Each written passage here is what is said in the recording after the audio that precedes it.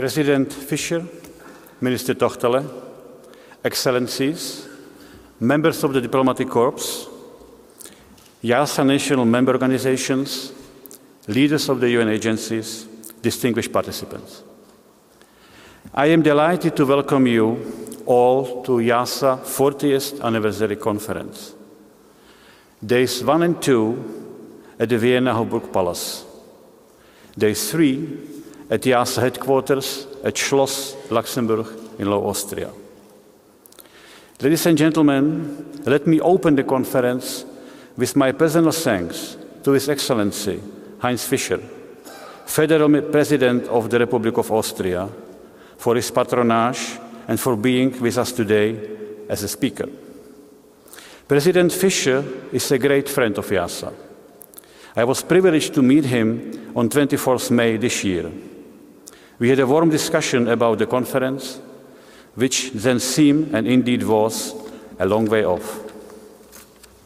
Now it is already the opening day of the conference, and we have over 850 participants with us who are very keen, Mr. President, to hear your views about IIASA and its future. Dr. Fischer, we look forward to hearing your address, which will be culmination of this conference opening session today. I would also like to thank the Austrian government for its generous support, sustained support over the last 40 years of IIASA. You have permitted us to use the gracious and historic surroundings of the Hofburg Palace for the first 2 days of our conference. You have permitted us to use for 40 years beautiful surroundings of our Schloss Luxembourg. Many thanks in particular go to Federal Minister for Science and Research of Austria, Dr. Karl-Heinz Tochtele, and to staff of the ministry which he is leading. When I was privileged to meet President Fischer, I expressed to him the special place held in the evolution of IIASA by our national member organizations, including the Austrian Academy of Sciences of our host country, Austria. The national member organizations are a backbone of support for IIASA. Sound of governance of the IIASA Council, funding, joint research ventures, and connection, they help us to reach the worldwide research networks. They are our conduit to the world. We have now 20 countries and more in our council, coming from Africa, Asia, Americas, Europe, and Oceania. We owe them a great deal, and I would like to make clear to them our gratitude at this conference and gratitude for their continued support. Let me thank, too, our eminent discussants and panelists who have made the journey to Vienna from near and far to be with us. Also those who could not be here, but who have kindly recorded messages for us, including the Secretary General, United Nations, Ban Ki-moon, whom I was privileged to meet last Monday. The time you have taken out from your busy schedules is an acknowledgement of the importance of the scientific mission we share at this time. During the coming 3 days, we expect to learn much about today's scientific and policy challenges.